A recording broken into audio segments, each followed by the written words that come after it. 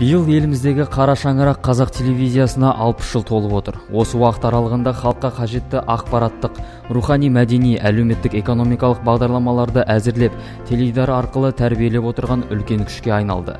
Солардың бірі әрі бірегейі саналатын Семей телестудиясы 1965 жылы ашылған екен. Мерейлі мереке аясында Семей қаласындағы физика-математика бағытындағы Назарбаев зияткерлік мектебінің басшылығы оқушылары Қазақстан Республикалық телерадио кешені акционерлік қоғамы Семей филиалына арнайы барып, жүрек жарды құттықтауларын арнады. Құттықтаушы қонақтарды телеарна директоры Арсен Бектасов қабылдап, арнаның бүгінгі тыныс тіршілігі жайлы айтып берді. Мерейтой иелерін мектеп директоры Бағдан Қайыржанов пен ұжым атынан құттықтаған мектеп директорының тәрбиесі жөніндегі орынбасары Лариса Абылқасымова телеарна басшысының ұсынысын құп алатындығын айтып, алғыс хат табыс етсе, көшбасшылар кеңесінің мүшелері өз замандастарының қолынан шыққан әдемі естеліктерін сыйға тартты. Соңында телеарна директорының орынбасары Ержан Жақып оқушыларға телеарна ішін аралатып, естелік суреттерге түсті.